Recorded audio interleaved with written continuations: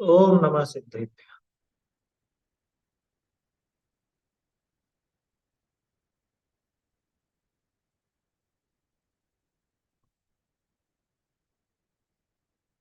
नमः श्रीवर्धमानाय निर्धूतकलिलात्मने सालोकानां त्रिलोकानां यद्विद्यादर्पणायते।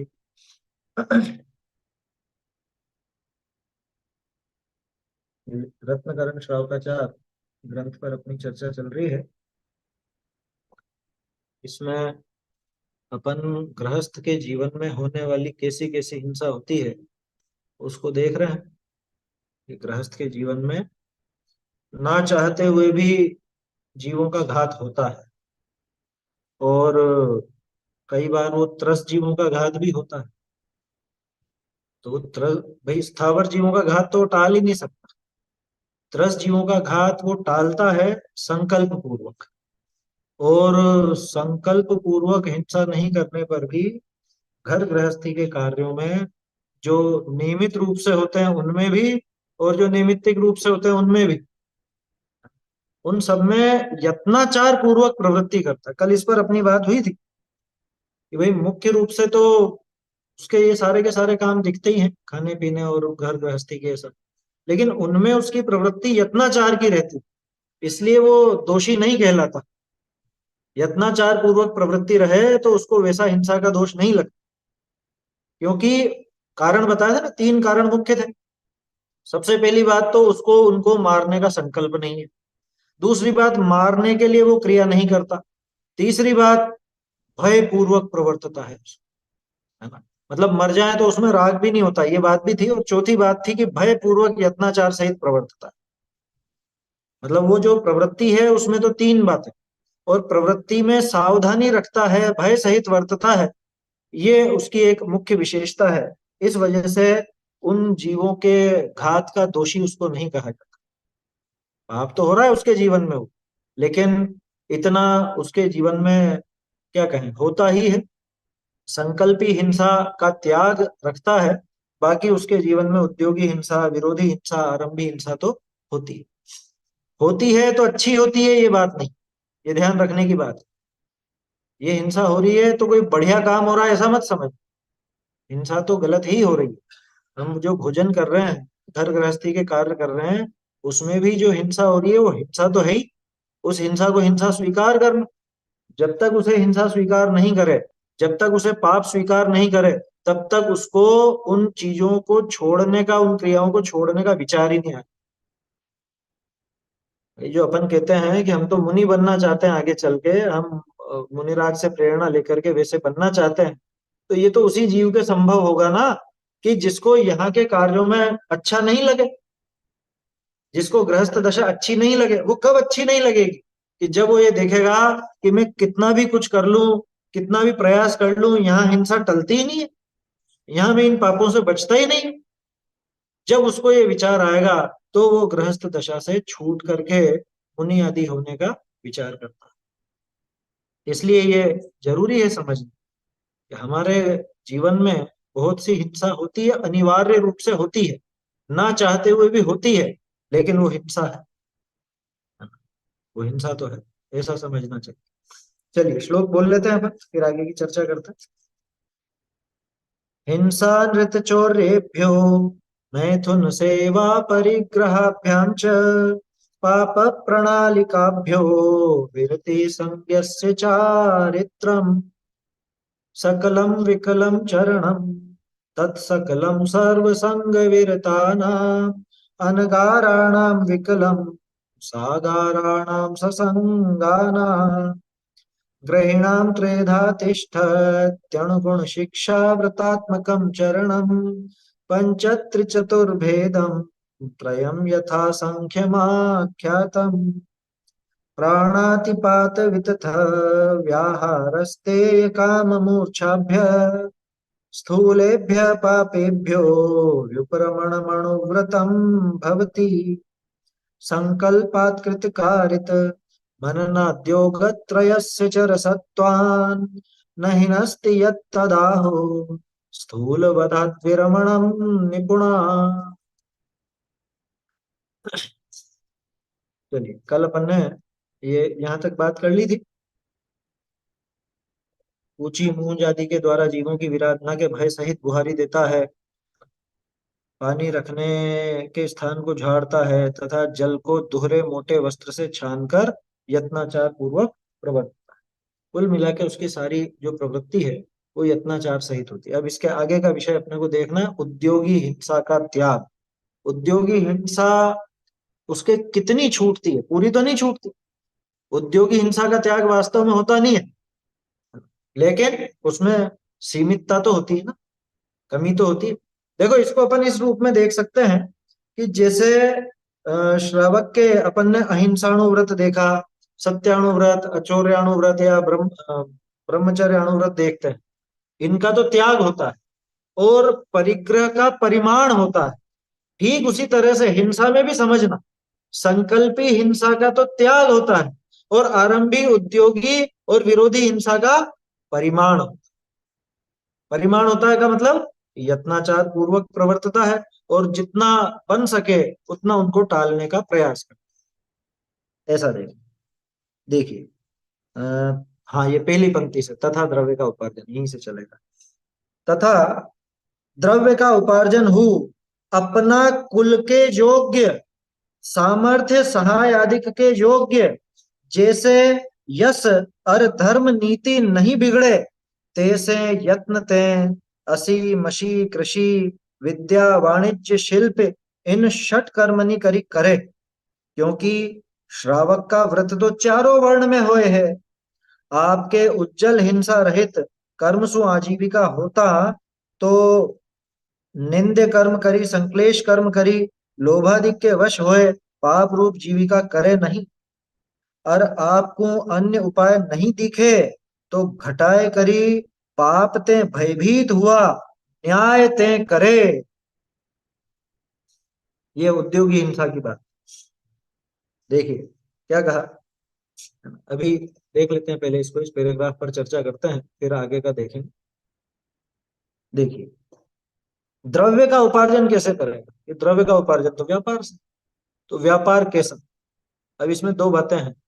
एक तो जिनको ये उपदेश दिया जा रहा है ऐसे जैन, दूसरा जो जैन कुल में पैदा तो नहीं लेकिन जिनको ये बातें समझ में आई और जिन्होंने वो अहिंसा आदि के संबंध में अणुव्रत आदि धारण किए। क्योंकि अणुव्रत तो चारों ही वर्णों में दिखे, चार वर्ण तो समझते हैं, ब्राह्मण क्षत्रिय वैश्य शूद्र, ऐसे चार वर्ण व्यवस्था चला करती थी पहले। अब आजकल तो वो वर्ण व्यवस्था कुछ ऐसी रही नहीं, है ना, सामाजिक परिवर्तन बहुत हो गया। तो पहले भी कर्माधारित वर्ण व्यवस्था थी, ध्यान रखना, जाति का ऐसा कुछ विशेष वो नहीं था, कर्म आधारित थी। तो आजकल समस्या क्या है, कुछ लोग जो क्या कहें, जिनको ज्यादा विचार नहीं है, वो जात पात में तो पूरा विश्वास करते हैं लेकिन कर्म को समझते नहीं। मतलब कर्म का अर्थ यहाँ पे कार्य, तो उस लौकिक कार्य को घटित करके नहीं देखते। जैसे कोई व्यक्ति वो शूद्र वाला कार्य छोड़ करके वो ब्राह्मण जैसा कार्य करने लगे, ब्राह्मण जैसा मतलब पढ़ने पढ़ाने का, ठीक है ना, होता है ना, अब तो सभी चीजों में सभी क्षेत्रों में सभी लोग घुस गए हैं। या वो व्यापार करने लगे तो उसको तो भी वो उस दृष्टि से देखता है। और खुद शूद्र वाला व्यवसाय करने लगे तो भी खुद को जैन समझता है। शूद्र जैसा व्यवसाय बताऊं कैसा, जैसे समझ लो जूते चप्पल आदि के निर्माण का कार्य करने लगे, उसको क्या कहा जाए, कपड़े बुनने का काम करने लगे, मतलब कपड़े कपड़े का व्यापार करने लगे। कपड़े का व्यापार मतलब बेचने का नहीं, निर्माण की बात कर रहा हूँ, है ना। जैसे हथकरघा बुनाई वगैरह ये सब होता है ना, ये सब किसका कार्य होता है। और शूद्र का अर्थ कोई ऐसा नहीं कि वो नीचा है या कुछ है, ये कर्म आधारित व्यवस्था है। भाई, एक कार्य था पहले राजाओं का जो क्षत्रिय कर्म कहलाता था, एक कार्य था पढ़ने पढ़ाने का जो ब्राह्मण कर्म कहलाता था, एक कार्य था व्यापार का, वस्तुओं के आदान प्रदान व्यापार आदि संबंधित, वो कहलाता था वैश्य कर्म। और शूद्र कर्म, ये शूद्र में तो बहुत सारी व्यवस्थाएं होंगी, है ना, कपड़े बुनना वगैरह, लकड़ी का फर्नीचर वगैरह बनाना, मकान निर्माण इत्यादि, शूद्र का अकेला अर्थ कोई ऐसा नहीं होता है कि वो बहुत नीचा काम करता हो। समझ में ही बात। आजकल जिसको अपन सर्विस सेक्टर बोलते हैं, सर्विस सेक्टर तो नहीं कहना चाहिए क्योंकि सर्विस सेक्टर तो पढ़ने पढ़ाने का भी है। सर्विस तो बहुत सारी चीजों की है। बाकी यूं समझो कि खुद की हाथ की कला कुछ हो जिसमें, है ना, चित्रकारी वगैरह, है ना, पेंटिंग वगैरह, ये सब भी शूद्र कर्म में शामिल था। समझ में आ रही है बात। चित्रकारी, पेंटिंग, लॉन्ड्री, कपड़े धोना, है ना। अब वो लॉन्ड्री नाम रखे हैं क्योंकि ऊंचा काम है ना हमारा, तो हमने तो बड़ा वो एक, क्या कहें उसकी, बड़ा व्यापार कर रखा है। और बताऊं, ये ब्यूटी पार्लर, ब्यूटी पार्लर पहले बाल काटने वाले वो नाई का कर्म हुआ करता था। अब जैन ब्यूटी पार्लर खोल के बैठे, जैन जूते चप्पल का व्यापार कर रहे हैं, जूते चप्पल बनवाने का व्यापार कर रहे हैं, जैन कपड़े बुनाई का काम कर रहे हैं, और तो और उपदेश दिए जा रहे हैं, वो बुनकर बनने का या हथकरघा वगैरह का उसका उपदेश दिया जा रहा है। ये शूद्र कर्म है या नहीं, बात समझना। खैर, अब यहाँ पे इन्होंने क्या कहा, देखो कुछ कार्य ऐसे हैं जो जैनों के करने लायक हैं और कुछ कार्य ऐसे हैं जो जैनों के करने लायक नहीं है। ठीक है ना, वो चीज तो आगे आएगी, अभी तो यहाँ आरंभी हिंसा जितनी बात है। द्रव्य का उपार्जन हो अपने कुल के योग्य, सामर्थ्य सहाय आदि के योग्य, ये बहुत बड़ी बात है। अपनी सामर्थ्य देख करके द्रव्य का उपार्जन करना, अपनी सामर्थ्य, अपनी सहाय आदि देख करके कि मुझको इस चीज में किन चीजों की आवश्यकता होगी, किसकी सहायता मिल सकती है नहीं मिल सकती है, रुपए पैसे की क्या व्यवस्था है, आगे क्या रहेगी, उस हिसाब से करना, ये नीति की बात है। क्योंकि ये अपनी सामर्थ्य और सहाय से अधिक अगर काम करेगा तो वह अनीति पूर्वक ही करेगा। ये पक्की बात है, वहां अनीति आएगी ही आएगी। क्योंकि जितनी मेरी सामर्थ्य नहीं है और मैं उससे बड़ा का व्यापार करने के लिए फिर इधर से लोन लूं उधर से लोन लूं, बहुत हाथ पांव चलाऊं, फिर उसके बाद क्या होगा कि डिफॉल्टर होकर के मतलब वो दिवालिया हो जाऊंगा और ऐसा करूंगा दूसरों का पैसा खा करके बैठ जाऊं, वहां अनीति आएगी आएगी। क्योंकि आजकल ये प्रवृत्ति बहुत देखने को मिली, आजकल के पहले के जमाने में भी थी। मुझे ऐसा लगता है मैं सभी तरह का व्यापार कर लूं, तो सभी तरह का व्यापार कैसे करूं, पैसा तो है नहीं, तो थोड़ा था, थोड़ा आपसे मांगूंगा, थोड़ा आपसे मांगूंगा, थोड़ा आपसे मांगूंगा, और 5-50 करोड़ इकट्ठे हो गए तो अब वो फिर व्यापार करने लगूंगा, व्यापार में मुनाफा है नहीं लेकिन आपका पैसा भी लौटाना है, तो इधर भी घाटा और उधर का वो ब्याज भी नहीं भर पा रहा हूँ या समझ लीजिए लौटा भी नहीं पा रहा हूँ, तो फिर बाद में वो दिवालिया हो जाता है। ये अनीति है। खुद की सामर्थ्य के अनुसार व्यापार, देखो ये चीज जो अपन कहते हैं ना, ताते पैर पसारिए जेती लंबी सोर, वो सिर्फ भोग के संबंध में नहीं है, वो व्यापार के संबंध में भी समझना चाहिए। क्या, सुनने में ऐसा लगेगा कि आप तो लोगों को ऊंचे ख्वाब देखने की मना कर रहे हो। मैं आज छोटा हूं तो क्या बड़ा व्यापार नहीं कर सकता, ये कर सकता है भैया। लेकिन यहाँ लिखा ना सामर्थ्य और सहाय आदि, ये दोनों चीजें साथ में रखना, कि मेरी सामर्थ्य कितनी है और सहायता कितनी हो सकती है कितनी नहीं हो सकती है, कौन मुझको इसमें सहायक हो सकता है, क्या मेरी इसमें कमी हो सकती है, क्या क्या बाधाएं आ सकती है, ये विचार करके अगर फिर मैं व्यापार करूंगा तो वहां पे न्याय नीति पूर्वक कर पाऊंगा।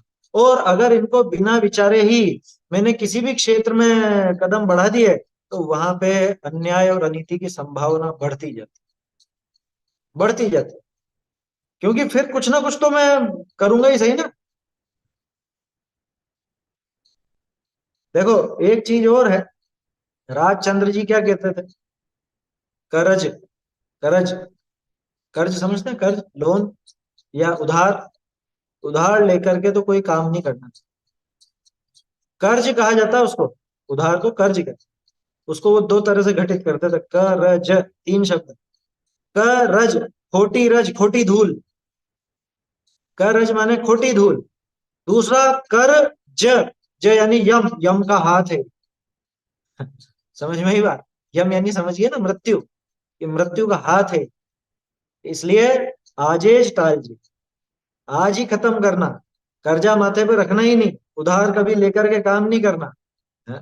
चार वाक की नीति नहीं अपनाना, चार वाक की नीति समझे, यावत् जीवेत सुखम जीवेत ऋणम कृत्वा घृतम पिबेत भस्मीभूतस्य देहस्य पुनरागमनम कुतः।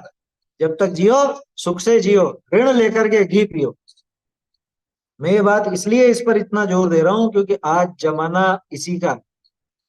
आपको तरह तरह के प्रलोभन दिए जाते हैं। क्रेडिट कार्ड क्या है, और तरह तरह के ऑनलाइन, क्योंकि ऑनलाइन आजकल सभी करते हैं, शॉपिंग सभी करते हैं ऑनलाइन। लेकिन उसमें अपनी सामर्थ्य से ज्यादा अगर वो खर्चा करता है, और ये उनकी चाल है पूरी, ये वो दिखाना चाहता है कि आप ज्यादा से ज्यादा क्रेडिट कार्ड आदि का इस्तेमाल करो, क्योंकि कहीं ना कहीं तो आप चुकोगे ही चुकोगे। जहां चुकोगे वहीं पे वो पकड़ ले। आया समझ। उसमें आपका उपयोग और समय पूरा देना पड़ता है, पूरा ध्यान रखना पड़ता है कि अपना किस में कितना पेमेंट करना है, या डिफॉल्टर तो नहीं हो जाएंगे, कितनी तारीख है क्या है, और वो सारी चीजें। हालांकि ऑटोमेटिक वाली सुविधाएं भी हैं, लेकिन एक विचार करो कि भाई उधार लेना ही क्यों है? ये मिल रहा है तो क्या दिक्कत है? कि देखो इसमें एक चीज समझना, मैं आपको एक अलग दृष्टिकोण से बताता हूँ। आपने उधार लिया, मान लो क्रेडिट कार्ड से लिया, महीने भर बाद आपको उसका पेमेंट करना, ठीक है ना, और ऑटोमेटिक वो बैंक से हो भी जाता है भले, लेकिन तब तक आपके माथे उधार है। इस बीच में मान लो आप मर गए, क्योंकि किसी की आयु कोई वो थोड़ी ना उधार सहित मरोगे, तो कर्जे सहित ही मरोगे। और कर्जे का जो भाव है, उधार का जो भाव है, वो कोई अच्छा भाव नहीं। पहले उधार लेने वाले को अच्छी दृष्टि से नहीं देखा जाता। जिसके माथे उधार है उसको कोई भला नहीं समझा जाता। अभी भी आप बात करोगे, किसी के संबंध में भी देखोगे, मान लो किसी लड़की के लिए लड़का तलाशा जा रहा हो, तो उसके लिए देखा जाता है क्या व्यापार करता है और क्या है, कितना क्या सब है। समझदार लोग मालूम क्या करते हैं, वो आसपास से जानकारी जुटाते हैं कि इसके माथे कुछ कर्जा तो नहीं, रहने करने का भले सीधा सिंपल हो, ज्यादा दिखावा नहीं हो, लेकिन इसके माथे कुछ कर्जा तो नहीं है। जिसके माथे पे कुछ देनदारी नहीं है वो राजा है पास। क्योंकि आज सभी जानते हैं कि लोन ले लेकर के और बड़े बड़े बंगले खड़े कर लिए जाते हैं, लोन लेकर के बड़ी से बड़ी गाड़ियां आ जाती है, सब चीजें उधार पे आ जाती है, सब जानते हैं ये बात। तो समझदार आदमी कौन होगा? जो उस दिखावे को देख करके प्रभावित होगा, या अंदर की जानकारी निकालेगा कि इसके माथे पर कितनी देनदारी। तो जिसके माथे पर देनदारी है वो कभी चैन से, क्या कहें, धर्म साधन भी नहीं कर सकता। चैन से मर नहीं सकता ये नहीं कह रहा मैं, चैन से धर्म साधन नहीं कर सकता, क्योंकि माथे पर एक बोझा है उसके, उपयोग वहां भटकेगा।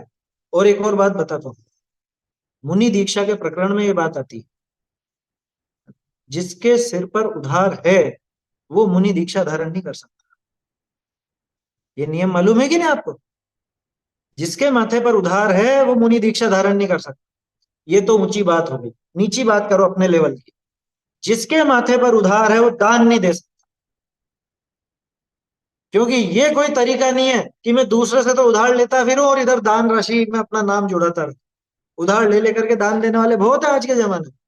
ये बोलियों ने बहुत बिगाड़ दिया लोगों को। बोलियां लगती है ना, वहां पे जोश जोश में बोल देते हैं हमारी तरफ से इतना, हमारी तरफ से इतना, और पैसे देने की बारी आती है, हाथ में पैसा नहीं है तो क्या करेगा, उधार लेकर के दे। हमने बहुत प्रसंग देखे हैं ऐसे, उधार ले लेकर के और दान दे। दूसरों का उधार चुक नहीं रहा है, दूसरों के पैसे खा करके बैठे हैं और यहाँ दान दे। इसलिए ये जो बात है ना, ये बहुत काम की बात है। क्या? कि भाई अपनी सामर्थ्य और सहाय आदि के योग्य, जैसे आप गांव में बैठे हो और वहाँ हीरो का व्यापार खोल लो, कि पैसा तो बहुत है भला आपके पास, लेकिन अब वो गांव में आप हीरो का व्यापार करने लगोगे तो कितने खरीदार आए, और क्या बिक्री होगी, क्या उसमें मुनाफा होगा? कुछ नहीं होगा। तो ये सहाय आदि, मतलब मेरी क्या परिस्थिति है अपने द्रव्य क्षेत्र काल भाव के हिसाब से, वो सब देख करके अपने कुल के योग्य, ये भी एक महत्वपूर्ण बात है, अपने कुल के योग्य। भाई जिसमें अपने कुल की गरिमा, अपने धर्म की गरिमा बनी रहे, वो काम करना चाहिए। जिसमें अपनी गरिमा खंडित होती हो, ऐसा काम नहीं करना चाहिए। ऐसे कौन कौन से काम है वो तो आगे चर्चा आएगी, व्यापार आदि के संबंध में विस्तार से चर्चा आएगी, तब अपन बात करेंगे। बोलिए। आपने कहा ना कि कर्जा हो सर पे तो दान नहीं देना चाहिए। तो घर का या गाड़ी का, या कुछ ना कुछ चीज का, मतलब ये तो बेसिक्स है इस, ये तो होते हैं सब केस में। तो ये ये छोड़कर एक इन मतलब, जनरल बोल रहे। मेरा कहना उसमें यूं है कि उधार, ये तो जो आप कह रहे हो ये नॉर्मल है। नॉर्मल का मतलब कि जैसे बिजली का बिल भी है तो वो महीने के अंत में ही अपन देते हैं, दूध का हिसाब भी महीने के अंत में ही करते हैं, तो वो भी हो तो उधार ही, लेकिन वो एक व्यवस्था है, वो व्यवस्था वाला है। उसको उधार नहीं कहा जाता, उसको कर्जा नहीं कहा जाता, क्योंकि वो बिलिंग जिसकी होगी तो बिलिंग तो पूरा काम होने पर ही होगी, है ना। बिल तो तभी बनेगा।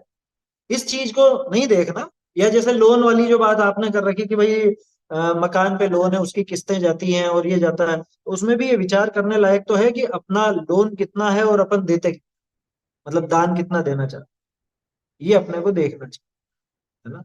क्योंकि कायदे की बात ये है कि मैं दूसरी जगह से तो उधार लेता रहूं, दूसरा चुक नहीं रहा है, बात वो है उसमें मूल। दूसरे का चुका नहीं रहा हूं और इधर दान देता फिर, वो सिस्टम गलत है। बाकी ये जो आप कह रहे हो ये तो एक तरह से लोन का मतलब, क्या कहें, लोन तो नाम है उसका, लेकिन वो एक बिलिंग की व्यवस्था है उसकी। वो आपकी सामर्थ्य के हिसाब से अपन देखते हैं भाई कि जैसे मेरे पास इकट्ठा पैसा है तो मैं इकट्ठा दे देता हूँ, इकट्ठा नहीं है थोड़ा थोड़ा करके दूंगा, तो वो उसकी इंस्टॉलमेंट जो चलती है उसकी बात कह रहे हो आप, है ना, लोन की पेमेंट की इंस्टॉलमेंट। तो वो एक व्यवस्था वाली बात है। और ये जो है ये तो बिल्कुल माथे पर उधार रख करके कर्जे में डूबा हुआ है, दूसरे का चुका नहीं पा रहा है। इंस्टॉलमेंट तो चुका रहे हैं अपन टाइम से, है ना, वो चीज टाइम से चुका रहे हैं, और ये चुका नहीं रहा है और दूसरी जगह दे, वो नहीं बनता। ऐसा समझ। तो द्रव्य का उपार्जन भी अपने कुल के योग्य, सामर्थ्य सहाय आदि के योग्य, जैसे यश और धर्म नीति नहीं बिगड़। कितनी बड़ी बात की, जिस तरह से अपने यश और धर्म की नीति नहीं बिगड़े, यश नहीं बिगड़े, धर्म नहीं बिगड़े, नीति नहीं बिगड़े, ये तीनों चीजें अपने को ध्यान में रखनी। बस ये बात अगर समझ में आ गई, इसकी गहराई तक पहुंच गई, तो आपको समझ में आ जाएगा कौन सा व्यापार अपने करने लायक है और कौन सा व्यापार करने लायक नहीं। जिसमें धर्म नहीं बिगड़े, ना, जिसमें बहुत हिंसा का काम नहीं होता हो, हिंसक व्यापार नहीं होता हो, आया समझ में। देखो, हिंसा अकेले दूसरे जीवों की नहीं, खुद के भी, मेरे राग द्वेष की तीव्रता जिसमें नहीं होती हो, आया समझ में, वो भी काम नहीं करना। मतलब जिसमें राग द्वेष की तीव्रता होती हो वो काम नहीं करना। क्योंकि बहुत से व्यापार इस तरह के रहते हैं जिसमें दिमाग बिल्कुल उसी में पजल रहता है, उसी में खपाना पड़ता है, वैसा व्यापार नहीं करना। धर्म नहीं बिगड़े, यश नहीं बिगड़े, अपयश हाथ नहीं आवे कि देखो इतने ऊंचे घर का होके ऐसा काम कर रहा है। जैसे जैन है तो ठेला तो नहीं चलाएगा एक, जैन है तो कोई ऐसा नीचा कार्य तो नहीं करेगा, आया समझ में। नीचा कार्य मतलब कि जिसमें लौकिक लौकिक दृष्टि से अच्छा नहीं समझा जाता, ठीक है ना। अब उसमें भी एक समस्या है, बहुत से काम ऐसे हैं जो पहले अच्छे नहीं समझे जाते थे और आज बहुत अच्छे समझे जाते हैं, तो उसकी कैसे परख करें कि भैया जो सभ्य जनों के जमाने में, है, पहले के जमाने की समझ लो, उस जमाने में जो सभ्य कार्य कहलाते थे उनको ही सभ्य समझना। जैसे होटल, उस जमाने में कोई व्यक्ति अगर होटल पे खड़ा दिख जाए तो अरे होटल जाता है, उसकी बुराई होती थी। और आजकल उल्टा हो गया है। अब लोग क्या कहते हैं कि अच्छा आपका लड़का होटल में नहीं जाता, नहीं नहीं नहीं हमारी लड़की को तो होटल जाना ही चाहिए, मतलब हर शनिवार रविवार को इनको तो होटल ले जाना है, तो रिश्ते नहीं बनते।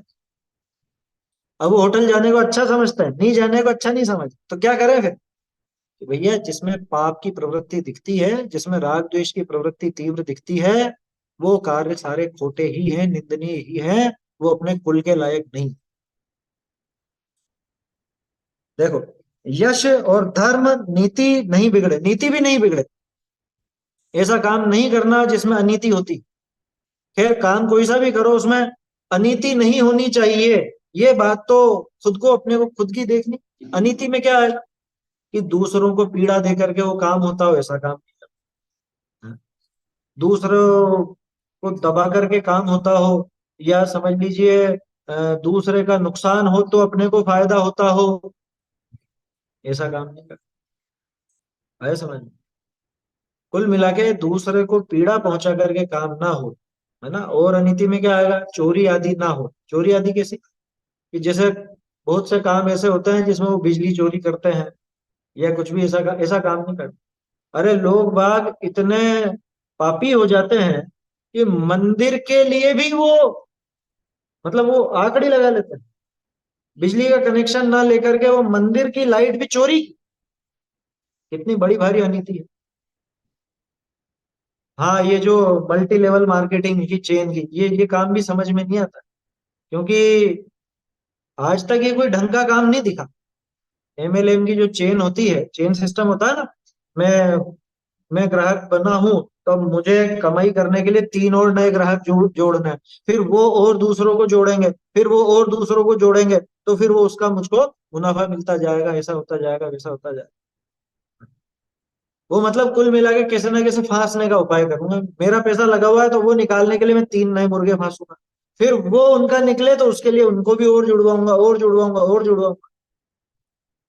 वो सिस्टम कभी समझ में आया नहीं। उसमें कुछ पॉजिटिव हो तो मुझे बताइए, क्योंकि मुझे तो उसमें पॉजिटिव कुछ नजर नहीं आता। मतलब कुछ अच्छी चीज उसमें नजर नहीं आती, उसमें फांसने की बुद्धि ज्यादा है। शेयर अधिकांश में मार्केट। यही होता है। Share market. शेयर मार्केट में अलग हिसाब है थोड़ा, है ना, क्योंकि उसमें कई तरह के काम होते हैं। ठीक है ना। शेयर में कई तरह के काम हैं, और उसको अलग अलग दृष्टि से देखा जाता है। आपको, अब देखो, वो तो व्यापार संबंधी जब चर्चाएं चलेंगी तब अपन विस्तार से बात करेंगे। लेकिन वो पूरी तरह गलत नहीं है और पूरी तरह सही भी नहीं है। वो आपका एंगल क्या है और किस तरह से आप उसमें काम करते हैं उस पर निर्भर करे। आया समझ में? वो भी व्यापार ही है। शेयर का अर्थ क्या है? शेयर का अर्थ है हिस्सा। एक कंपनी 100 रुपए की है, और जो उसका मालिक है उसने मतलब बाजार से पैसा लेने के लिए अपने हिस्से बेचे, तो एक एक रुपए के 100 शेयर निकाल दिए। अब जिन जिन ने लिए वो सब उसके एक एक हिस्से, एक एक परसेंट के मालिक बन गए। ये शेयर का अर्थ होता है। अब वो कौन सी कंपनी है, कैसी है, उसका क्या व्यापार है, पहले तो ये भी देखा जाएगा। उसके अलावा आप उन शेयरों का कर क्या रहे हो। एक तो होता है उसी में खेलना, है ना। उसी में खेलते हैं, खेलते हैं का मतलब वो जैसे ट्रेडिंग भी होती है, वो अलग ढंग का काम है। उसमें इन्वेस्टमेंट के हिसाब से करते हैं, वो अलग ढंग का काम है ना। मतलब उसको बहुत से लोग शेयर बाजार को पूरा सट्टे के रूप में देखते हैं, वो वैसा नहीं। वो उस तरह का नहीं। आया समझ में? कमोडिटी वगैरह का जो काम होता है, डब्बे का व्यापार जिसको कहा जाता है, उसमें जरूर आप वो सट्टे वाली बात लगा सकते हो। उसमें भी अलग अलग चीजें हैं। उसमें जैसे फिजिकल डिलीवरी आप लेकर के रखते हैं तो वो अलग चीज है। लेकिन वो उसमें पेचीदा है कुल मिला के। उसको आप सीधी तरह से पूरा पाप रूप या पूरी, तो पाप रूप तो खैर सारे ही व्यापार है, लेकिन पूरा ही अनीति रूप और पूरा ही नीति रूप नहीं कह सकते। वो आपके एंगल पर और आप किस ढंग से उस काम को करते हो उस पर निर्भर करेगा। बाकी पेचीदा तो है। पेचीदा का मतलब उसमें आपका एंगल बदलते ही आपकी नीति बदल जाएगी। ये फिर वो चीज आगे की है।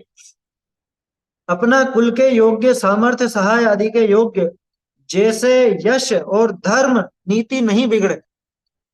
जैसे यश नहीं बिगड़े, धर्म नहीं बिगड़े, नीति नहीं बिगड़े, तैसे यत्न तें, उस तरह से वो यत्न पूर्वक, यत्न हर जगह लगेगा, ध्यान रखना।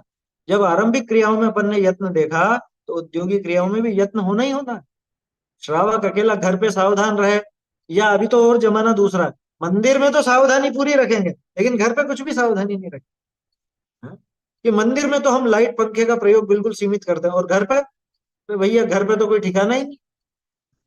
ऐसा नहीं। या फिर उल्टा भी करते हैं, घर पे तो अपने पैसे लगते हैं तो घर पे तो पूरी सावधानी से रहते हैं, और मंदिर में तो क्या है, मंदिर का जाएगा, वहां ना लाइट का ध्यान है बंद करने का, ना पंखे का ध्यान है, ना कुछ है।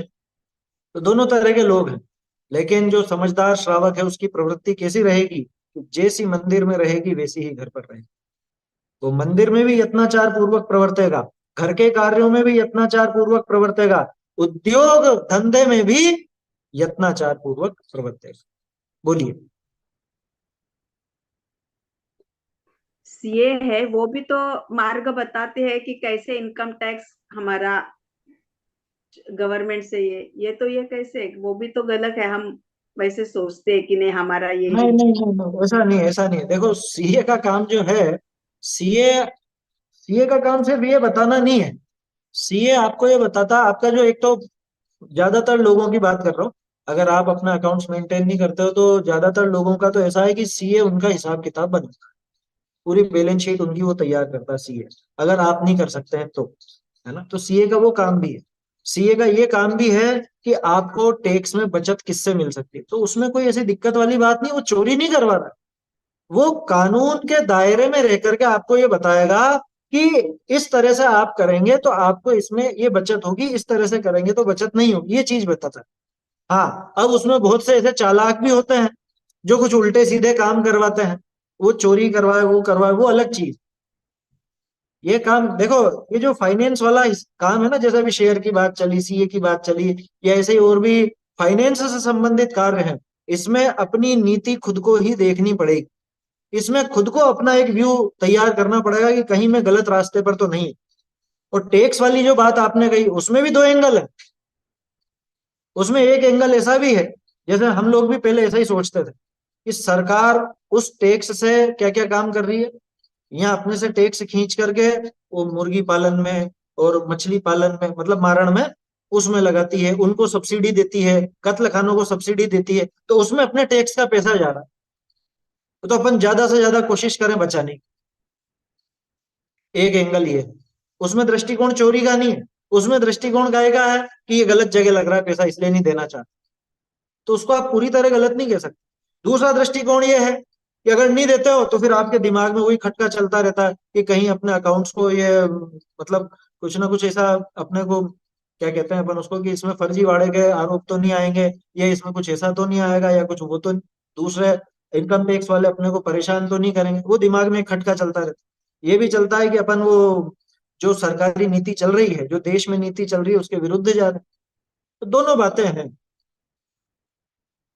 तो इन विकल्पों से बचने के लिए वो टैक्स देना चाहता है। ये चीज ऐसी है कि हर व्यक्ति की परिस्थिति पर वो अलग अलग रूप से लागू होता है। सब पर एक ही, क्या कहें अपन, एक ही नियम सब पर नहीं लगा सकते। कुल मिला के बात वही आ जाती है कि अभिप्राय क्या है।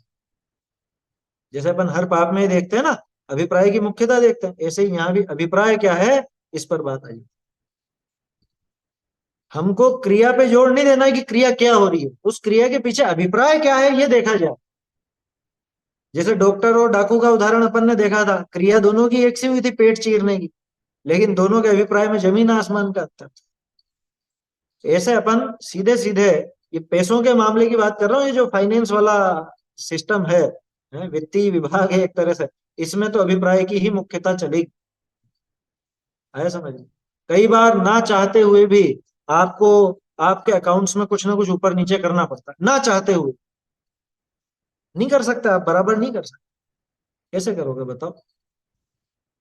आपके सालाना जितने रुपए खर्च होते हैं, तो वो रुपए राउंड फिगर में तो खर्च नहीं होता। राउंड फिगर माने, जैसे मान लो आपने सालाना खर्चा दिखाया 1 लाख रुपए का, मान लो उदाहरण के तौर पर। अब फिक्स 1 लाख तो खर्च नहीं होगा, 2-4 रुपए ऊपर नीचे भी हो सकते हैं, वैसे ज्यादा ही होता है, हाँ? लेकिन इतना कौन दिखाएगा, एक एक पैसे का हिसाब कैसे दोगे? तो राउंड फिगर में दिखाते हो आप।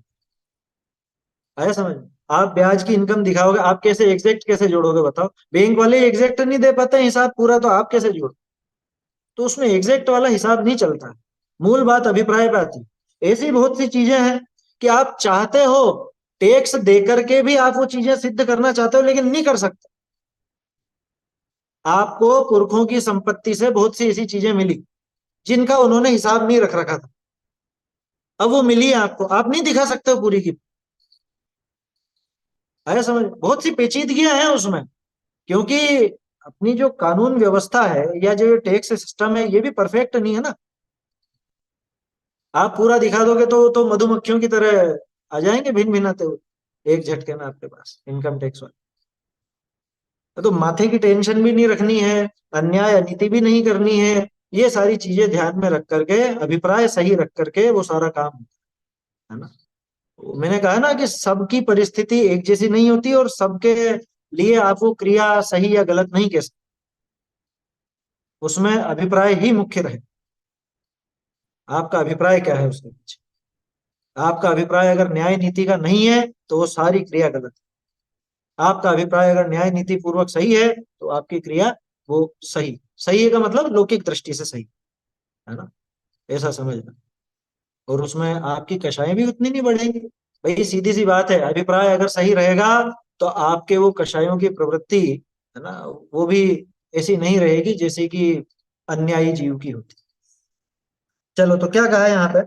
द्रव्य का उपार्जन भी अपने कुल के योग्य, सामर्थ्य सहाय आदि के योग्य, जैसे यश और धर्म नीति नहीं बिगड़े तैसे यत्न ते। मूल बात यत्न ते, क्योंकि हिंसा हिंसा की चर्चा है, इसलिए यत्नाचार की बात तो आएगी आएगी। यत्न ते असी मशी कृषि विद्या वाणिज्य शिल्प। ये क्या चीज है? असी, असी माने तलवार, है ना, ये क्षत्रियों का कर्म। मसी, मसी का मतलब वो लिखने का काम तो ये ब्राह्मणों के रूप के लिए मुख्य रूप से आता था। और अगर अपने नीचे अधीनस्थ काम करने वालों की बात करें, क्योंकि मसी का काम अकाउंटेंट का भी, आपके जो मुनीम वगैरह हैं उनका भी, वो भी मसी का ही काम कहलाता है, लेकिन वो ब्राह्मण नहीं कहलाता, मतलब वो ब्राह्मण वर्ण में नहीं आता। कृषि, कृषि खेती किसानी, ये सामान्य रूप से जैन के लिए ये काम नहीं बताया गया। विद्या, विद्या का काम ब्राह्मणों के लिए बताया गया। विद्या मतलब पढ़ने पढ़ाने का काम। वाणिज्य, वाणिज्य यानी व्यापार। क्या कह रहे हैं? मसी, मसी का क्या है एक्सप्लेनेशन? मसी मतलब स्याही होता है, तो स्याही का जो काम है लिखने का, लिखने लिखाने आदि का काम, वो मसी में जाता है। अब मसी को आप पर्टिकुलर किसी के लिए नहीं कह सकते। ग्रंथ लिखना भी तो लिखना ही है ना। रत्नकरण शावकाचार्य की वचनिका लिखी सदाशिव जी ने, तो मसी पूर्वक ही लिखी। तो इसको विद्या में शामिल करोगे या मसी में शामिल करोगे? विद्या। मुनीम, दोनों में जाएगा वैसे। मुनीम, मुनीम, मुनीम का बताया ना अभी, मसी में। मुनीम का काम भी मसी में। वाणिज्य में भी जाता है, क्योंकि वाणिज्य व्यापार, और व्यापार से संबंधित ही लिखावट है वो सारी की सारी। शिल्प, अब बाकी जितने भी काम आ गए इन सबको छोड़ के वो सब शिल्प में जाता है। शिल्प का अर्थ अकेला मकान बनाना नहीं होता, है ना, वो चित्रकारी भी शिल्प में जाएगी, कपड़े धोना भी शिल्प में जाएगा, वो बाल बनाना, वो पार्लर वगैरह वो सब भी शिल्प में जाएगा। आया समझ में? और जो कुछ भी है, बढ़ई का काम, फर्नीचर का काम भी शिल्प में जाएगा, और दुनिया भर के तमाम काम वो सब शिल्प में जाएगा। मतलब मुख्य रूप से तो यूं देख लो कि ये 5 काम दिखा दिए, असी मशी कृषि विद्या और वाणिज्य। इनको छोड़ के जो कुछ भी है लगभग लगभग वो सभी शिल्प में जाता है। इन 6 कार्य के अलावा कुछ और होता नहीं। और शिल्प कर्म वो शूद्रों के जिम्मे बताया।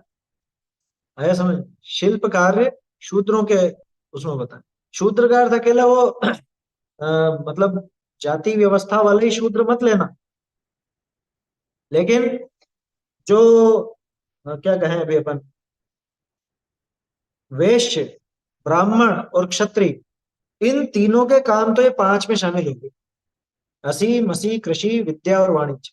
कृषि को भी छोड़ ही देना क्या, क्योंकि कृषि भी, कृषि हालांकि वैश्य में है तो सही, लेकिन जैन के लायक तो नहीं बता।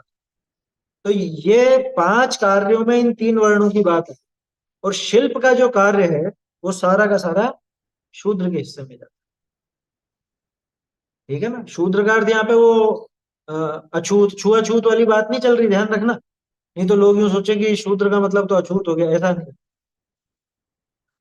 शूद्र में आगे चर्चा आएगी, स्पृश्य शूद्र और अस्पृश्य शूद्र, कि जिसको हाथ लगाया जा सकता है, जिसके हाथ का बना भोजन किया जा सकता है, अथवा जिसके हाथ का भोजन नहीं किया जा सकता, ऐसा, जिसे छुआ नहीं जाता। इन षट कर्मणि करे करी करे, ये किसकी बात है? ये जैन की बात नहीं है, ये सबकी बात है, ये कॉमन बात ली। क्यों? क्योंकि अहिंसाणु व्रत तो कोई भी ले सकता है ना। कोई जैन कुल में पैदा हो वो ही अहिंसाणु व्रत धारण करेगा ऐसा नहीं है, अन्य भी ले सकता है। अरे जब एक शेर, एक महामत्स्य, ये लोग भी अगर, मतलब ये तिर्यंच भी जब अणुव्रती हो सकते हैं, तो मनुष्य में अन्य जात का क्या अणुव्रती नहीं होता? यमपाल चांडाल का नाम प्रसिद्ध है अहिंसाणु व्रत में। चांडाल, बताओ, चांडाल अहिंसाणु व्रती, हाँ। अब इसमें एक खास चीज कि हरेक व्यक्ति का अब जिसका जैसा कुल है और जैसा उसका कुल से आचरण चला आया है या कुल से जो व्यापार चला आया है, ना चाहते हुए भी वो उसको छोड़ नहीं सकता। कई बार ऐसा होता है। अब उनकी बात आएगी कि वो अपना वो जो काम करे तो उसमें यत्नाचार पूरा रहे। जैसे देखो, क्योंकि श्रावक का व्रत तो चारों वर्णों में होए, ये तो बात हो गई। आपके उज्जवल हिंसा रहित कर्म सु आजीविका होता, तो निंद कर्म करी, संक्लेश कर्म करी, लोभादिक के वश होए, पाप रूप जीविका करे नहीं। अगर खुद के उज्जवल, उज्जवल बात आई ना, उज्जवल किसके लिए आई? देखो यहाँ पे एक सुधार है। यदि उज्जवल हिंसा रहित कर्म, ऐसा लिखा है ना, हिंसा रहित के बाद लगा लो उज्जवल, क्योंकि उज्जवल हिंसा कौन सी होती है, तो कंफ्यूज हो जाओगे आप। उज्जवल हिंसा रहित कर्म ऐसा नहीं, हिंसा रहित उज्जवल कर्म है ना, वो कर्म के लिए विशेषण, हिंसा के लिए विशेषण नहीं है वो। ठीक है ना, तो उज्जवल को उठा करके वहां पे कर दीजिए। अगर हिंसा रहित उज्जवल कर्म से अपनी आजीविका चलती हो, जिसमें अपने कोई समस्या नहीं है, जिसमें कोई ऐसी दोष की बात नहीं हो, हिंसा या राग द्वेष की तीव्रता की बात नहीं हो, वैसे काम से आजीविका हो सके, तो बनती कोशिश तो अपने कुल से चला आया उसको भी छोड़ देना। अपने कुल से कोई गलत व्यापार होता है जिसमें हिंसा ज्यादा होती हो, तो उस व्यापार को छोड़ करके जिस उज्जवल कार्य से अपनी आजीविका संभव हो वो करना। निंद कर्म द्वारा, संक्लेश भाव द्वारा, लोभादि के वशीभूत होकर पाप रूप आजीविका नहीं करनी चाहिए। अब कोई कह सकता है लोभ तो सारे ही कामों में है, ये बात तो सही है, लोभ तो सभी कार्यों में, लेकिन कम ज्यादा का अंतर तो है ना भाई। लोभ की तीव्रता के कारण वो उस काम को करता है कि इसमें कमाई ज्यादा है। कमाई ज्यादा है तो कैसा काम करता है, या तो निंद कार्य करता है, हिंसक कार्य करता है, या फिर जिसमें संक्लेश भाव बहुत होते हैं ऐसा काम करने लग जाता है। किस लिए? लोभ के वशीभूत। तो भैया पैसा कमाने में लोभ तो है, ये बात तो पक्की, क्योंकि उद्योग बिना लोभ के नहीं होता। द्रव्य तो चाहिए, रुपया चाहिए, रुपये के लोभ से ही वो कोई भी व्यापार जो अपने जेन के लायक बताया गया वो व्यापार भी लोभ पूर्वक ही होगा। लेकिन लोभ कितना, आसक्ति कितनी, ये तो देखा जा सकता है। आया समझ में? आपको ध्यान हो, जिन प्रतिमा यथावत स्वरूप में अपन ने पढ़ा था, क्या कि बेल होता है ना, जानवर होता है, वो जानवर भी सुबह उठता है, उसके बाद उसका मालिक उसको कुछ खिलाता पिलाता है, फिर उसके बाद वो काम पर लगता है, और सूर्यास्त दिन ढलते ढलते तो वापस अपने ठिकाने पर आकर आराम करता है। और दिन भर भी कोई लगा नहीं रहता वो खेती में अगर लगता भी। और ये व्यापारी कैसा, कि ये सुबह से उठ जाएगा, रात में ही, सुबह से नहीं रात में ही उठ जाएगा, मुंह अंधेरे उठेगा और सुबह से ही प्लानिंग करेगा, आज ये करना ये करना ये करना ये करना, और दिन भर उस जानवर से भी ज्यादा ये लगा रहता है उस व्यापार में। और फिर रात को भी सोने के पहले पूरे हिसाब किताब सब निपटा के, बही खाते निपटा के, रात को 11-12 बज जाएगी। उस जानवर से गया भी था। ठीक है ना, एक तो ऐसा लोभी। दूसरा, अपने भागचंद जी का उदाहरण ले। भागचंद जी ने भी व्यापार किया, लेकिन आसक्ति कितनी, कि मुझे तो ये 100 टोपियां बेचनी, उदाहरण के तौर पर। तो 100 टोपियां टोपी बेचते थे वो, टोपियां बनती थी, टोपी बेचते। ये 100 टोपियां अगर मान लो शुरू के 1 घंटे में बिक गई, तो दुकान बंद करी और स्वाध्याय करने चले। ये लालच नहीं कि मुझे तो नहीं, अभी तो और बिक सकती है तो और बेचू, ऐसा नहीं। तो ये तो अपना अपना लोभ है, अपनी अपनी प्रवृत्ति है। तो कायदा क्या है? कायदा यह है कि भाई अधिक लोभ के वशीभूत होकर के ऐसा काम नहीं करना जो निंद, ऐसा काम नहीं करना जिसमें जीवों का घात ज्यादा हो, ऐसा काम नहीं करना जिसमें जीवों का घात तो नहीं हो लेकिन संक्लेश परिणाम बहुत हो। सिलाई बुनाई, सिलाई बुनाई भी शिल्प में आएगा। हाँ, सिलाई बुनाई शिल्प में आता है, वो सब शिल्प में आता है। अभी तो ये चीज समझने की है। संक्लेश भाव द्वारा, संक्लेश भाव कैसे, कि जैसा भी वो बात चली थी कमोडिटी मार्केट की, ठीक है ना, अब उसमें हिंसा तो ऐसी विशेष नहीं दिख रही, और भाव भी ऊपर नीचे हो रहे है ना। अब उसमें संक्लेश परिणाम कैसे रहते हैं इसके, वो जितनी बजे तक भी चलता है अभी क्या भाव हो गया, अभी क्या भाव हो गया, सोना क्या हो गया, चांदी क्या हो गया, तेल क्या हो गया, और ये क्या क्या भाव हो गया इसके, हैं। और कितने उसमें अटैक से मर जाते, बीपी हाई हो जाता है, ये सब चीजें होती है ना। तो वैसा काम नहीं करना है, समझ। भाई आप वास्तविक उस वस्तु का, जैसे एक मान लो सोने चांदी का व्यापारी, वो सोना लेता है, सोना रखता है और सोना बेचता भी, उसको इतनी टेंशन नहीं है जितना ये भावों में खेलने वाले को। समझ में आ रही है बात? तो कई काम है उसके अंदर, तो उसको अपन पूरी तरह से नहीं कह रहे हैं इसमें, क्योंकि अभी जिन लोगों की प्रवृत्ति इस तरह की हो गई है, वो लोभ इतना तीव्र है कि जल्दी में ज्यादा पैसा बनाना चाहते, जल्दी जल्दी बन जाए, ज्यादा ज्यादा बन।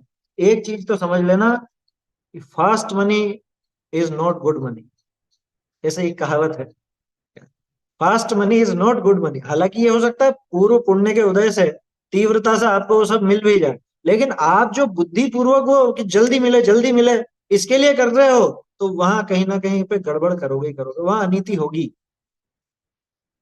आया समझ में? कि मैं जल्दी जल्दी कमाऊं, जल्दी जल्दी ऐसा करूं, तो जल्दी जल्दी में फिर ये ऊट पटांग हरकतें करें, वहां इसकी अन्याय अनीति सब चीजें आने लगी। सहज रूप से आप जो काम करते हो और उसमें जल्दी बन जाए वो एक अलग बात है, वो तो पुण्य के उदय से आप मंद कषाई रह करके भी और शांति से रह करके भी करो और बहुत बहुत पैसा आ जाए, बहुत संपदा आ जाए, वो पुण्य के योग से आ जाए वो अलग बात है। लेकिन आप अभिप्राय ही लेकर के ये घुसे हो कि जल्दी जल्दी ज्यादा ज्यादा मिले, वो लोभ की अधिकता के कारण वहां तीव्र संक्लेश परिणाम। तो ऐसा काम भी नहीं करना जिसमें संक्लेश परिणाम बहुत होते हैं। आया समझ में? देखो एक सीधा सा एक फॉर्मूला है इसका, कि जिस काम में आपका मंदिर का दर्शन छूट जाता हो, जिस काम में आपकी नियमित स्वाध्याय नहीं हो पाती हो, जिस काम में आप सूर्यास्त से पहले भोजन नहीं कर पाते हो, जिस काम में आप आपके धर्म के दिनों के लिए समय नहीं निकाल पाते हो, वो सारा काम तीव्र लोभ का काम। मैंने सिर्फ तीव्र लोभ की बात की है, आगे की बात तो फिर और आएगी, उस संक्लेश परिणाम कितने हैं या जीवों का घात कितना है वो तो आगे की चीज। ऐसा काम दूर से ही छोड़ना, क्या कि बच्चे बच्ची हायर स्टडीज के लिए बाहर जाएंगे और फिर नौकरी धंधा भी बाहर करेंगे, और बाहर करेंगे फिर क्या करेंगे? ये मंदिर कितनी दूर है बेटा? ये मंदिर तो 40-50 किलोमीटर दूर है, कि रोज जाते हो? कि रोज कहाँ जा सकेंगे, संडे को हो आते हैं कभी कभार, तो भी कोई काम आ गया तो फिर बैठे ही रहो। छोड़ के आ जा भैया, ऐसी जगह नहीं रहना, आजा घर छोड़ के आ जा। यहाँ पे जितना होगा पर्याप्त है, अपनी ज्यादा इच्छाएं नहीं है तो ज्यादा अपने को पैसे की जरूरत भी नहीं पड़ेगी। देखो श्रावक का जीवन बहुत महंगा जीवन नहीं होता है, क्योंकि संतोष बहुत रहता है उसको। हालांकि अधिकांश श्रावकों के पिछले पुण्य के उदय से भरपूर भरपूर मिलता है, लेकिन कुछ मूर्ख लोग क्या सोचते हैं कि अरे नहीं कमाएंगे अपन तो फिर कैसे काम चलेगा, आगे का क्या होगा, आगे का क्या होगा। बोलो, जिसको कर्तृत्व बुद्धि पड़ी है, या जिसको समझ लो अपने पुण्य पर भी भरोसा नहीं है, वो इस लोभ के चक्कर में विपरीत कार्य भी करता है। श्रावक के व्यापार में मतलब कुछ भी व्यापार करो, दो चार चीजें देख लेना, शुरू में बताई थी, एक तो अपने कुल की मतलब कुल की हीनता ना हो, सामर्थ्य सहायता देख लेना, जिसमें अन्याय नीति ना हो ये देख लेना। इसके अलावा और क्या देखना? अपना धर्म साधन बराबर होता हो। आया समझ में? और सबसे खास चीज बताऊं, संतोष वृत्ति रहेगी तो ये हमेशा सुखी रहेगा। अगर संतोष है तो ये अन्याय नीति नहीं कर सकता, और अगर संतोष नहीं है तो फिर ये इसके खटर पटर चलती रहेगी दिमाग में, ऐसा कर लें, ऐसा कर लें, इसमें ऐसा फायदा हो जाएगा, इसमें ऐसा हो जाएगा, वैसा हो जाएगा। आजकल ऑनलाइन का बहुत चलता है ना, खरीद बिक्री भी बहुत होती है ऑनलाइन की, उसमें बहुत तिकड़म भिड़ाते हैं, इधर से उधर, उधर से इधर, इसमें ये लाभ हो जाएगा अपने को। मतलब अपने दिन भर के 5-6 घंटे उसमें बर्बाद करता है, किसमें? तिकड़म भिड़ाने में। और फिर क्या सोचता है मैंने इतने रुपए बचा लिए? अरे तूने उसके साथ कितना पाप कमाया, कितने संकलेश परिणाम करे, इसका विचार ही नहीं। हम्म?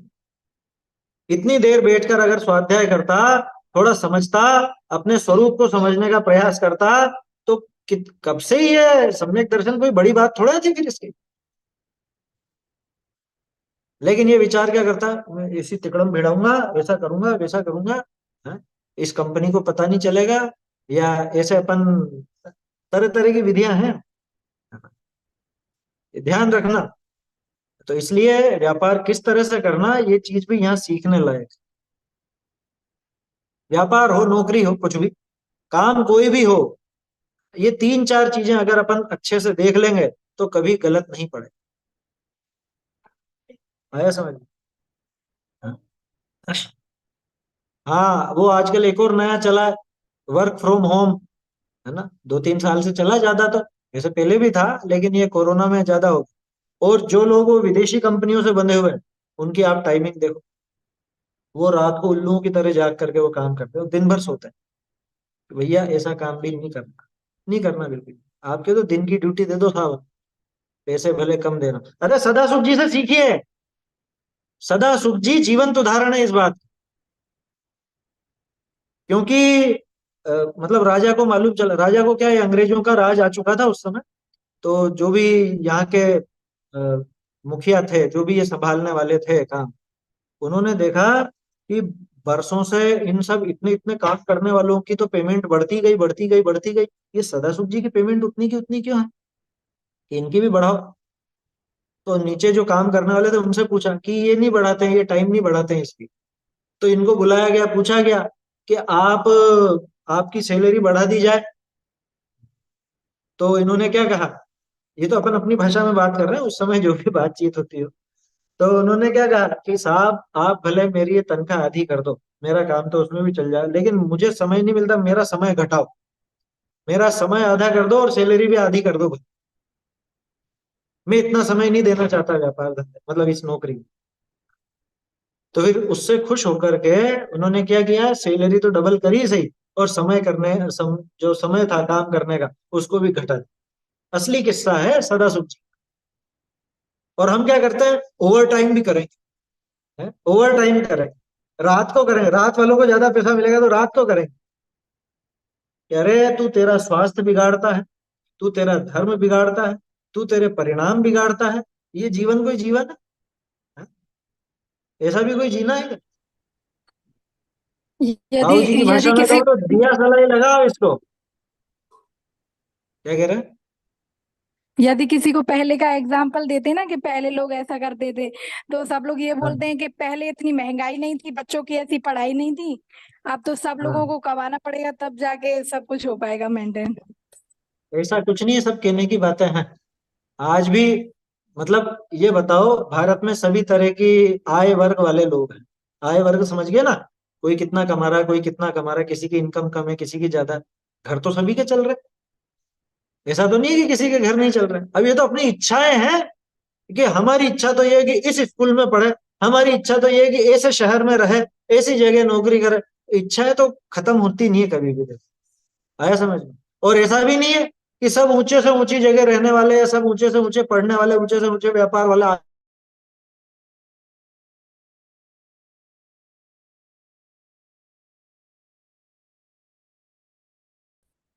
क्या वो आवाज नहीं आ रही? अच्छा अभी आई। तो बीच में आ कुछ रही हो है गया होगा आवाज, आ रही डिस्टर्ब। है। भाई अपन ने देखा है, इतने राष्ट्रपतियों की जीवनी देखी है या प्रधानमंत्रियों की देखी है, रोड लाइट के नीचे बैठ के पढ़ रहे हैं, कोई बड़े स्कूलों में नहीं पढ़े हैं, और वहां जाकर के इतने ऊंचे पहुंच गए, इतने ऊंचे बन गए। तो खुद की योग्यता और खुद के पुण्य और पाप के उदय प्रमाण सारा काम होता। ये लोभ के वशीभूत होकर के, और लोभ से भी ज्यादा कर्तृत्व बुद्धि इसकी इतनी हरी है कि ये सोचता हम करेंगे तभी होगा, और करेंगे तो लोभ ज्यादा है, तो लोभ के वशीभूत होकर के वो खोटा काम भी करना, जो करने लायक वो भी करना है। एक भी राष्ट्रपति या प्रधानमंत्री ऐसा बता दो अपने भारत का आज तक जो हुआ हो, जो बहुत ऊंचे स्कूल में पढ़ करके आया हो, है, या बहुत बड़े शहर में रहता हुआ आया हो। एक आध कोई हो गया हो तो देख लेना, लेकिन अधिकांश की स्थिति यही मिलेगी। अधिकांश बहुत संघर्ष करके और बहुत मेहनत करके आगे बढ़े। आए समझ में? और ये तो चलो और बात, जितने भी ऊंचे ऊंचे पद हैं, ये तो चलो राजनीति वाली बात हो गई, राष्ट्रपति प्रधानमंत्री की। जितने भी ऊंचे पद हैं, वो सारे के सारे क्या विदेश में पढ़ के आए? वो सारे के सारे क्या ऊंचे ऊंचे शहरों से आए हैं? जो चीफ जस्टिस हैं या जो भी हैं, और जो भी, अपने को ज्यादा पता नहीं कौन कौन क्या होता है। यूनिवर्सिटी लेवल पर भी जाके देखोगे ना, तो बहुत ऊपर पहुंचे हुए लोग, वो कोई बहुत ऊंची जगह से आए हुए नहीं, कि किसी गांव में पैदा हुए थे। आया समझ? अरे ज्यादा क्या कहूं आपसे, ये जितनी भी बड़ी बड़ी कंपनियां जिनका नाम आप जानते हो, गूगल है, माइक्रोसॉफ्ट है, एप्पल है, और जो भी है, उन सब में टॉप पर अभी भारतीय लोग बैठे हुए। और बहुत से तो ऐसी जगह के हैं जिनका कोई मतलब बैकग्राउंड भी कोई इतना मजबूत नहीं रहा, बहुत से इस तरह। तो ये तो अपने आप योग्यता अनुसार और जिसके जैसा पुण्य पाप का उदय है उस अनुसार बाहरी परिस्थितियां बनती है। ये दिमाग से निकाल ही देना कि हम उन परिस्थितियों को हमारे हिसाब से बना सकते हैं, भूल के भी मत सोच, नहीं बना सकते। यहाँ योजनाएं बना रहे हैं, योजना बनाने का उदाहरण तो भामंडल से बढ़िया क्या दूं। बना रहा था ना, योजना बना रहे थे, ये करूंगा ये करूंगा ये करूंगा, इतने राज्य जीतूंगा, इतने विवाह करूंगा, उसके बाद फिर दीक्षा भी लूंगा। ये बिजली गिरी, सब योजनाएं खत्म। आया समझ, खत्म, एक झटके में खत्म हो गया।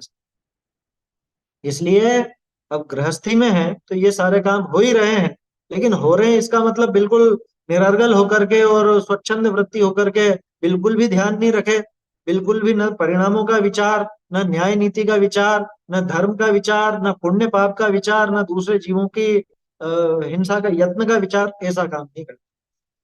तो ये चार पांच चीजें हैं जो अपने को ध्यान रखना चाहिए। निंद कर्म द्वारा आजीविका नहीं करना, संक्लेश भाव द्वारा आजीविका नहीं करना, कि भाई निंद काम तो नहीं है लेकिन संक्लेश परिणाम बहुत है, तो संक्लेश लगे तो छोड़ देना। आया समझ में, संक्लेश परिणाम होते हो तो छोड़ देना, ऐसा काम नहीं करना, भले यूं लौकिक में इज्जत का काम कहलाता हो।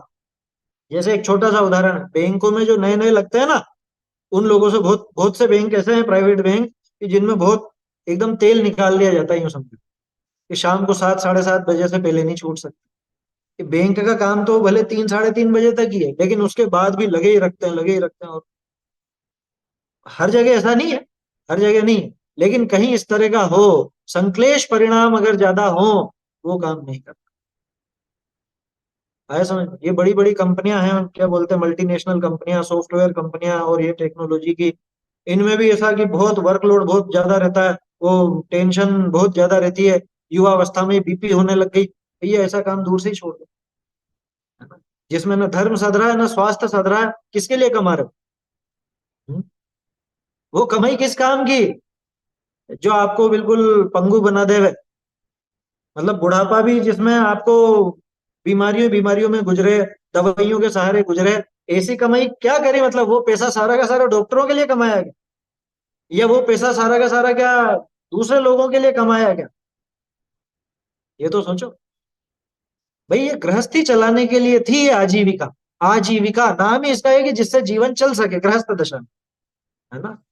अब वो जीवन अगर टेंशन वाला हो, अन्याय वाला हो, अनीति वाला हो, अस्वास्थ्यकर हो, और भी लगा लेना, तो ऐसा ऐसा क्या आजीविका?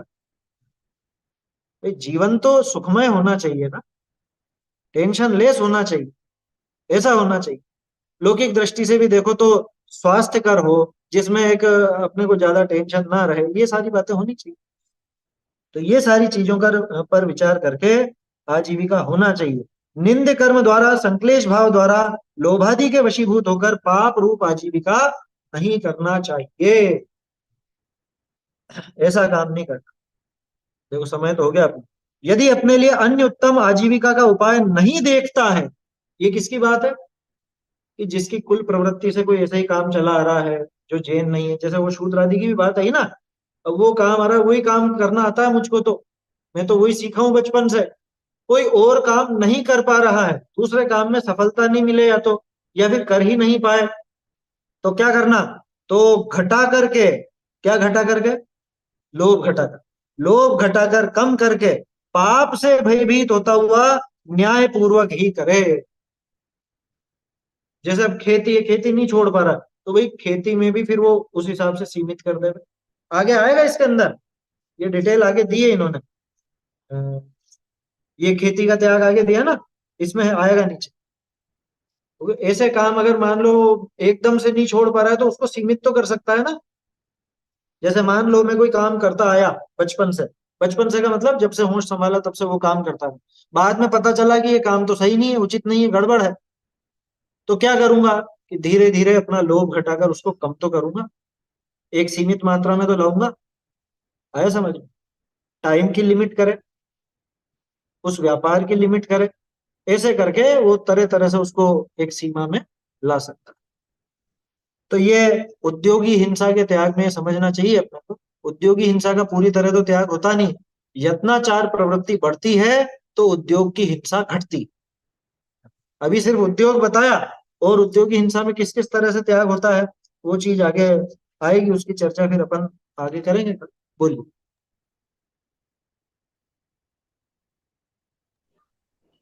जस्ट एक क्वेश्चन रखती हूँ, चाहिए तो कल आप देख लीजिएगा आंसर। जो हाँ षष्ठ हाँ अध्याय है तत्वासूत्र जी का, वहां पे आया है इंद्रिय कषाय व्रत क्रिया। वहां पे जो 25 क्रियाएं बताई गई थी, तो वहां पे हाँ। धर्माचरण में दोषकारक क्रिया में ये स्वहस्त हीन पुरुषों योग्य स्वयं करना, तो शायद ये तो नहीं बता रहे वो मतलब ये कार्य शूद्रों के जैसे जो मतलब आप अभी बता रहे हैं वो कार्य के बारे में तो नहीं हम्म, कह रहे, वो जरा देखना था। उसको भी ले सकते हैं, क्योंकि वो जो 25 क्रियाएं हैं ना वो आश्रव के कारण बताई वहां पर। और वो 25 क्रियाएं कौन सी हैं? वो सब यही तो है, आरंभ उद्योग इत्यादि के अंदर होने वाली। आरंभ उद्योग वगैरह में जो जो क्रियाएं होती हैं वो उनसे जुड़ी हुई है वो, क्योंकि आश्रव का कारण और कौन बनता है? मन वचन काय की प्रवृत्ति इनमें लगी हुई हो तो आश्रव होता है। ये दिखाया हुआ 25 क्रिया के माध्यम से, तो वो जुड़ती है, इससे जुड़ी हुई है बात। चलिए। चैतन्य का स्मरण प्रतिक्षण ही करो रे, भव के अनंत दुख को क्षण में हरो रे, अक्षय अनंत निज सौख्य निधान पाओ, गाओ अरे नित इसी के गीत गाओ, महिमा है अगम जिनागम की, महिमा है अगम जिनागम की, जाहि सुनत जड़ धुन पिछानी, हम चिन मूरति आत्म की, महिमा है अगम जिनागम की, रागादिक दुख कारण जाने, त्याग बुद्धि दीनी भ्रम की, ज्ञान ज्योति जागी घट अंतर, ज्ञान ज्योति जागी उर अंतर, रुचि बाढ़ी पुनि शम दम की, महिमा है अगम जिनागम की, कर्म बंध की भई निर्जरा, कारण परम पराक्रम की, भागचंद शिव लालच लाग्यो, भागचंद शिव लालच लाग्यो, पहुँच नहीं है जम जम की, महिमा है अगम जिनागम की, महिमा है अगम जिनागम